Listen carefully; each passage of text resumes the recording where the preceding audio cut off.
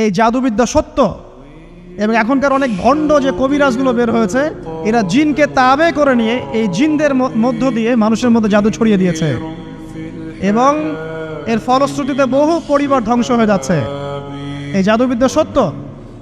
আরও একটা জিনিস সত্য, নবী সাল্লাল্লাহু আলাইহি ওয়াসাল্লাম বলেছেন ইন্না আইনাল হক, চোখের নজর সত্য। নবী করিম সাল্লাল্লাহু আলাইহি ওয়াসাল্লাম বলেছেন চোখের বদনজর সত্য। এই যে আমরা বলি ফেসবুকে এত বেশি ছবি দিয়েন না ভাই, ছবি তুলেন না, ছবি তুলেন না, বারবার যে বলে নিষেধ করি, কারণ কি জানেন? একটাই কারণ, বিকজ চোখ লাগাটা সত্য।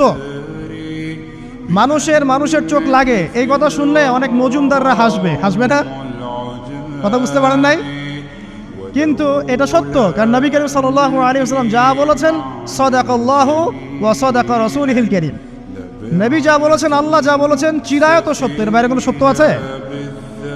আচ্ছা দেখেন, আমি বললাম যে জাদুবিদ্যা সত্য। এই জাদুবিদ্যার চর্চা মানুষ করে, এখনও করে, এবং এই জাদু দিয়ে মানুষের ক্ষতি করার জন্য জিনের প্রয়োজন হয়, দুষ্ট জিন। এই জিনগুলোকে মানুষ তাবে করে মানুষের ক্ষতি করার চেষ্টা করে। দেখবেন এখন গ্রামে গঞ্জে শহরে সব জায়গায় ছড়িয়ে পড়েছে না? দেখবেন, খুব সতর্ক থাকবেন। আমি পরে সলিউশন বলছি আপনাদেরকে। আরেকটা বলেছি, নবী সাল্লাল্লাহু আলাইহি ওয়াসাল্লাম বলেছেন চোখের বদনজর এমন সত্য যে একটা উটকে এই রান্নার ডেকচির মধ্যে ঢুকাই ফেলতে পারে। একটা উট খুব সুন্দর, ভালো, আপনি দেখছেন মাশাআল্লাহ বলেন নাই, নজর লেগেছে, উটটা মারা গেছে, দেন তারপর তাকে জবাই করে খেয়ে ফেলতে হয়েছে। একজন সাহাবী গোসল করছিলেন, গোসল, এটা হাদিস সহিহ, এই আলেম ওলামা যারা আছেন তারা জানেন যে এই হাদিস সহিহ। একজন সাহাবী গোসল করছেন, তার গায়ের চামড়াটা খুব সুন্দর ছিল, একদম স্কিনটা অনেক সুন্দর থাকে না এমন কিছু মানুষ? আচ্ছা, এখন আরেকজন সাহাবী এই গোসল দেখছেন দূর থেকে, দেখে বলছেন যে কি চমৎকার তার শরীরের রংটা, যেন কুমারী নারীর মতো, অনেকটা এমন একটা কথা তিনি বলেছিলেন। সাথে সাথে এই সাহাবী অজ্ঞান হয়ে পড়ে গেছে। কোন সাহাবী? যিনি গোসল করছিলেন। এটার আপনি কোনো ব্যাখ্যা দিতে পারবেন না তো, এখানে কোনো সায়েন্স দিয়ে বা মেডিকেল সায়েন্স দিয়ে আপনি কোনো ব্যাখ্যা করতে পারবেন না। একটা ব্যাখ্যা দিতে পারেন, কিন্তু কেন সেটা হলো সেটা আপনি অ্যান্সার খুঁজে পাবেন না। তো নবী সাল্লাল্লাহু আলাইহি ওয়াসাল্লামের কাছে নিয়ে যাওয়া হলো তাকে। তিনি বললেন যে এই ব্যক্তির ব্যাপারে কি কেউ ভালো মন্দ কিছু বলেছিল? তখন একজন সাহাবী বলেন হ্যাঁ, অমুকে বলেছে এর স্কিনটা অনেক সুন্দর, ওকে ডেকে নিয়ে আসুন। ওকে ডেকে আনা হলো।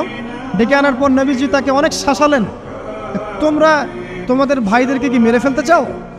তখন এই সাহাবী তো অবাক, আমি আবার কখন মারতে চাইলাম ইয়া রাসূলুল্লাহ? আমি তো মারতে চাই নাই, আমি তো খালি বলেছি যে তার গায়ের রংটা অনেক সুন্দর। তখন তিনি বললেন কেন তুমি সুবহানাল্লাহ বললে না, কেন তুমি মাশাআল্লাহ বললে না? যখন মাশাআল্লাহ বলবেন, সুবহানাল্লাহ বলবেন, নজরটা লাগবে না। আর যখন আপনি মাশাআল্লাহ বলবেন না, সুবহানাল্লাহ বলবেন না, দেখবেন নজর লেগে গেছে। আপনি বিশ্বাস করেন ব্যবসা খুব ভালো চলছে, মানুষ বলল যে বাহ তোর তো ব্যবসা হেভি, লালে লাল শাহজালাল, ঠিক আছে, দেখবেন আপনার কেনা বেচা বন্ধ হয়ে গেছে। এরকম হবে, আমার কথাটা বিশ্বাস করেন। এটা কিন্তু সায়েন্স প্রমাণ করতে পারবেন না, আল্লাহ এবং তার রাসূল বলেছেন, তার উপরে কোনো সত্য নেই। আছে সূরা কাহফ 29 নম্বর আয়াত পড়ে দেখেন, আল্লাহ পাক বলছেন ওয়াকুলিল হাক্কু মির রাব্বিকুম, সত্য সেটাই যা তোমার রবের পক্ষ থেকে আসে। ফামান শাআ ফালইউমিন, যার ইচ্ছা হয় বিশ্বাস করুক, ওয়ামান শাআ ফালইয়াকফুর, যার ইচ্ছা হয় সে অস্বীকার করুক।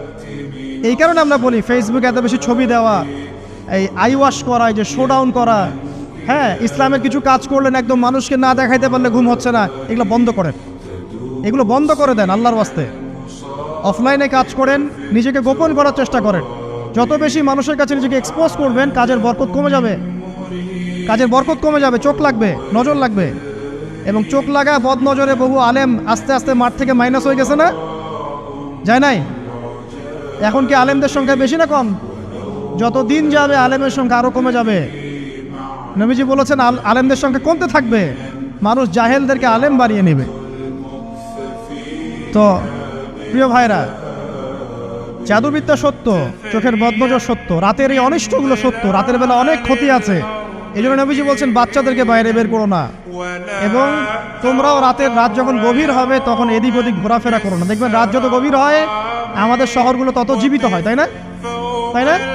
রাত যত গভীর হচ্ছে শহর তত জীবিত হয়। চায়ের দোকানে আড্ডা বেশি, ওই সিনেমা দেখছে, টিভি দেখছে, ক্যারাম খেলছে, লুডো খেলছে, ঘুম নাই। ঘুম কখন? ফজরের আগে আগে। ফজরের নামাজ কিন্তু নাই, ফজরের ঠিক আগে আগে, আবার ওই যে জোহরের নামাজের সময় উঠতেছে। এখন আমাকে বলেন এরকম জেনারেশনকে দিয়ে কি আসলে ইসলামের কোনো খেদমত হবে? আচ্ছা, নবীজি রাতের বেলা আর্লি ঘুমাতেন, আল্লাহ পাক আমাদের সবাইকে তাড়াতাড়ি ঘুমানোর তৌফিক দান করুন। হ্যাঁ, আপনি ইলম চর্চা করলে রাত জেগে থাকতে পারেন, আপনি যদি জ্ঞান চর্চা করেন রাত জাগতে পারেন, আপনি কোনো গবেষণা করছেন, নামাজ পড়ছেন বা কোরআন হিফজ করছেন, আপনি রাতের আর্লি উঠবেন, এটা আলাদা বিষয়। কিন্তু কমনভাবে আমাদের এই যে ফেসবুক, ইউটিউবিং ইত্যাদিতে আমরা লিপ্ত থাকি, সারা রাতটা কাটাই আড্ডাবাজি করে, এগুলো বন্ধ করতে হবে। এগুলো বন্ধ না করলে ফিজিক্যালি আমরা মানে সুস্বাস্থ্যের অধিকারী হতে পারবো না। সারা দিনটা আমাদের একটা কি বলবো অলসতার ভাবে যাবে এবং দিনের বেলা কাজগুলো ব্যাহত হবে। এতে করে আমাদের উম্মার এই পুরো বড় যে তরুণ প্রজন্ম আছে এদেরকে আপনি সম্পদে পরিণত করতে পারবেন না। তাই এই সিস্টেমটা চেঞ্জ করা দরকার। নবীজি রাতের বেলা এই সূরা বাকারার শেষ 3টা আয়াত তেলাওয়াত করতেন, আমরা করবো ইনশাআল্লাহ। ইনশাআল্লাহ। আরেকটা আমল বলে দেই, নবী করিম সাল্লাল্লাহু আলাইহি ওয়াসাল্লাম রাতের বেলা সূরা মুলক তেলাওয়াত করতেন। কোন সূরা এটা? কোন সূরা? তাবারাকাল্লাযী বিয়াদিহিল মুলক। কয়টা আয়াত আছে? 30টা আয়াত আছে। নবীজি বলেছেন সাল্লাল্লাহু আলাইহি ওয়াসাল্লাম এই সূরা আপনাকে কবরের আযাব থেকে বাঁচাবে ইনশাআল্লাহ। কবরের আযাব থেকে তো ভাই বাঁচা খুব সহজ নাকি? আমাদের মধ্যে এমন কেউ নাই, শোনেন, আমাদের মধ্যে এমন কেউ নাই, আলেম জালেম মুফতি মুহাদ্দিস রাজনৈতিক নেতা পলিটিশিয়ান বিরোধী দল জাতি তারপরে যে সরকার দল যে আছে না কেন, কবরের শাস্তি ফেস করবেন এমন একটা মানুষ নাই, কেউ নাই পৃথিবীতে।